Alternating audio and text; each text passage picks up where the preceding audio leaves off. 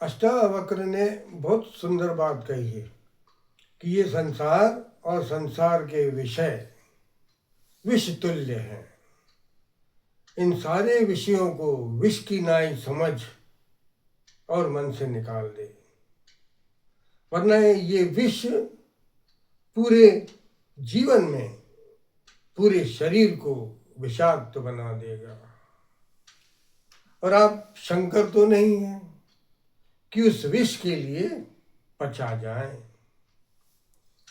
और विष शरीर में रहेगा, विष मन में घुला रहेगा संसार का, संसारी विषयों के, तो फिर वैसे विचार आएंगे, विषयुक्त विचार आएंगे।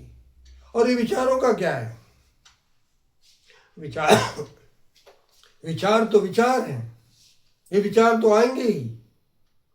जैसे कि प्रकृति है, प्रकृति की हवा है, समंदर में लहरें तो उठना ही है, आप इसको नहीं रोक सकते क्योंकि हवा है। इसीलिए संसार और संसार के विषय, इसके बारे में सोचना है अब, क्योंकि आत्म सागर में जब भी मन रूपी हवाएं चलेंगी तो विचार तो उठेंगे, लहरें तो उठेंगी ही ना। उनको तो रोकना असंभव है, उनको आप रोक नहीं सकते, उनको तो आने दो। आप तो सिर्फ उसके साक्षी बने रहो, दृष्टा बने रहो। और प्रकृति जो है, आत्मा गुणातीत है, शरीर प्रकृति युक्त है।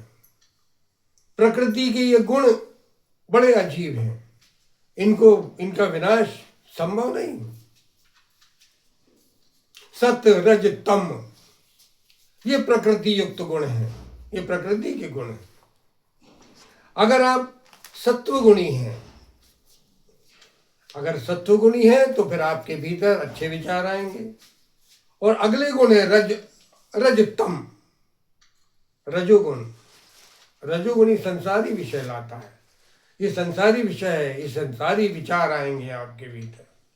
और इन संसारी विचारों में आप उलझ जाते हैं।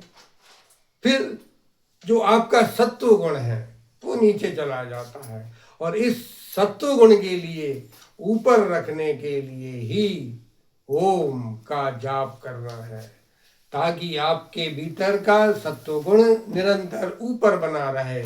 जब सत्वगुण ऊपर रहेगा तब आपके भीतर सत्वगुणी विचार आएंगे, और सत्वगुणी विचार परमात्मा के विचार करता है, आत्मा के विचार करता है। रजतम ये रजोगुणी है, ये संसारी विषय है, संसारी विषयों के विचार आएंगे, बाकी हिंसा के विचार आएंगे, जो विचार के विचार आएंगे उससे आपके ऊपर आवरण आएंगे, उससे आपके ऊपर आवरण आएंगे, आपका अंतस्करण अशुद्ध होता जाएगा। उसी अंतस्करण को शुद्ध करने के लिए हमें सत्वगुण ऊपर रखना है, और सत्वगुण ऊपर रखने के लिए हमें ओम का जाप करना है। क्योंकि शरीर तो बंधन युक्त है, आत्मा बंधन से मुक्त है। आत्मा के लिए कोई बंधन नहीं है, सारे बंधन मन के हैं, शरीर के हैं, बुद्धि के हैं, संसार के हैं।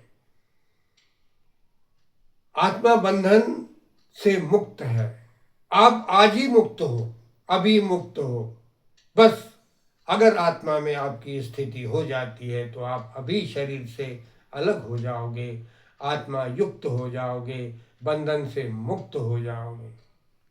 क्योंकि अष्टावक्र ने बहुत सुंदर बात बताई है कि भक्ति, ज्ञान और वैराग्य, भक्ति से मन शुद्ध, अंतस्करण शुद्ध। भक्ति से ज्ञान उपजेगा सत्य का, और ज्ञान से आपको वैराग्य उत्पन्न होगा, आपके भीतर वैराग्य जगेगा, वीतरागी बनेंगे आप, संसार से विमुख आपका मन हो जाएगा।